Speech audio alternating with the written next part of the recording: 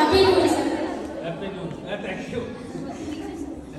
Sir, you are a great person as a speaker in Vijayawada. Now I am feeling great pressure to speak to you.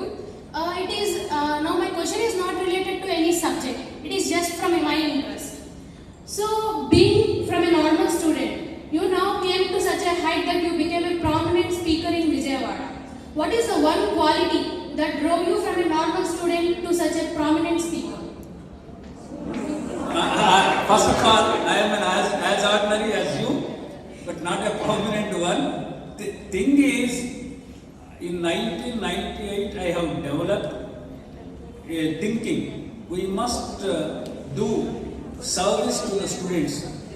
And in 1998, when there was no internet facility, where there no mobiles, so students were lacking knowledge of future courses. That's why I have taken up a job, career guidance, going to the schools, villages, and explaining how to read, how to get rank and all those things.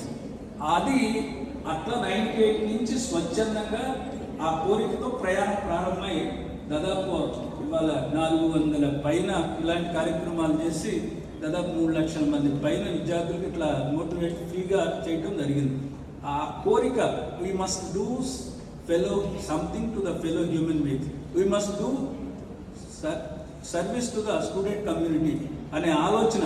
ఈ ఆలోచన వల్ల ఏమవుతుంది, అన్నిటికీ మూలం ఆలోచనలే. అమ్మాయి అడిగిన దానికి ఒకటి చెప్తాను. ఏ man is what is mind is.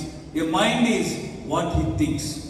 A man is what is mind is. A mind is what he thinks. మనిషి అంటే ఎవడు, ఎవడైనా ప్రామినెంట్ అవ్వాలి, వీక్ అవ్వాలి, క్రిమినల్ అవ్వాలి, ఎవరికైనా సరే, ఒక మర్డర్ చేసేవాడికైనా, రేప్ చేసేవాడికైనా, దొంగతనం చేసే క్రిమినల్ అయినా, అబ్దుల్ కలాం లాంటి వాళ్ళైనా, ఎవరు ఏ man is what is mind is. అతని మైండ్ ఎలా ఉంటుందో మనిషి అలా తయారవుతుంది.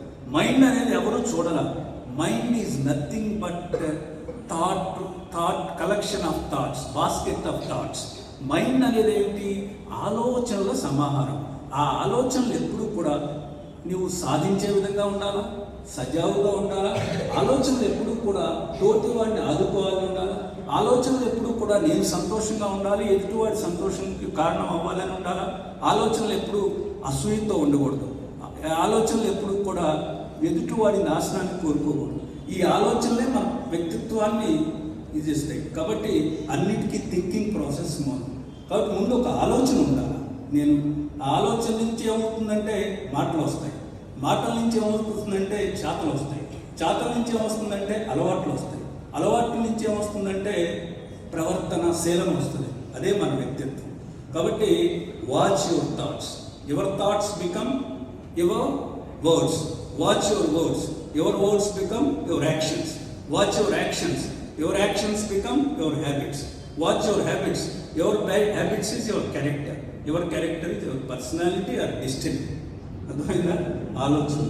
Thank you very much.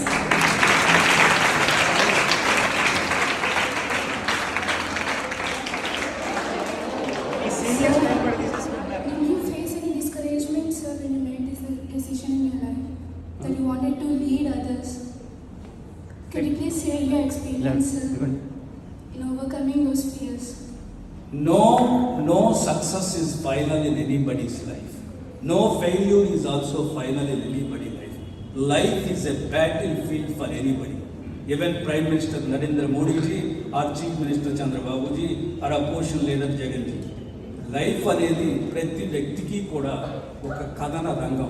అనేక విజయాలు, అనేక విజయాలు, అనేక అపజయాలు సమ్మిళితంగా ఉంటాయి. ఎప్పుడు ఒక విఘ్నత ఉన్న మనిషి, విద్యార్థి ఆ సంతోషాన్ని అట్లానే అపజయాన్ని సమంగా స్వీకరించగలరు. దానికి ఒక రోజులో రాదులే, చాలా ప్రాక్టీస్ కావాలి. అయితే ఆ విజయం వచ్చినప్పుడు పొంగిపోకుండా, అదే అపజయం వచ్చినప్పుడు కుంగిపోకుండా ఉండాలి ప్రతి స్టూడెంట్ కూడా. అయితే అమ్మాయి నా లైఫ్లో ఫెయిల్యూర్స్ ఉన్నాయా అని అడిగింది, అదే కదా? Did you face any discouragements from the surroundings, sir, when you made this decision to lead students? డెఫినెట్గా అదే చెప్తున్నా. ప్రతి డిస్కరేజ్మెంట్ ఎప్పుడు ఉంటాయి. ఫర్ ఎగ్జాంపుల్ డిస్కరేజ్మెంట్ చాలా చాలా చాలా సందర్భాల్లో మనం ఏదో ఒకటి కోరుకుంటాం, ఆ కోరుకొని దొరకలేదు అనుకో, డిస్కరేజ్మెంటే కదా. సపోజ్ నేను డాక్టర్ అవ్వాలనుకున్నా, ఎంసెట్ రాశాను. మాకు అప్పుడు ఎంసెట్ ఉండేది, 1979లో ఎంసెట్ రాశాను. నాకు కొద్ది ఒక 5-6 మార్కులు తేడాతో మెడికల్ సీట్ రాలా. ఇక అది డిస్కరేజ్మెంటే కదా. ఇది ఏం చేయాలి, రానప్పుడు ఏం చేయాలి, మనం మళ్ళీ ప్రయత్నం చేయాలి కదా. అప్పుడు ఇట్లా చెప్పేవాళ్ళు ఎవరు లేదు కదా.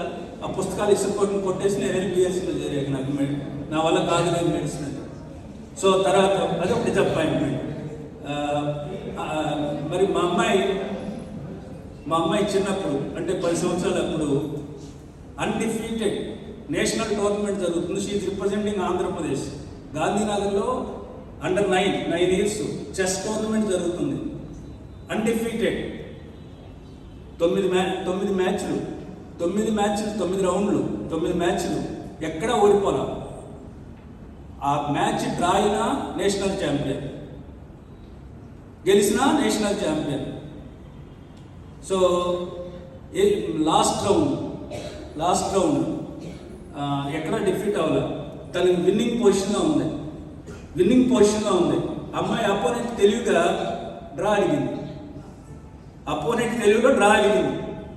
డ్రా అడిగితే నేను ఎటు ఛాంపియన్ అవుతా కదా అని ఇచ్చేసి వచ్చేసింది. ప్రోగ్రెసివ్ స్కోర్లో ఏమవుతుంది, ఈక్వల్గా వచ్చినాయి.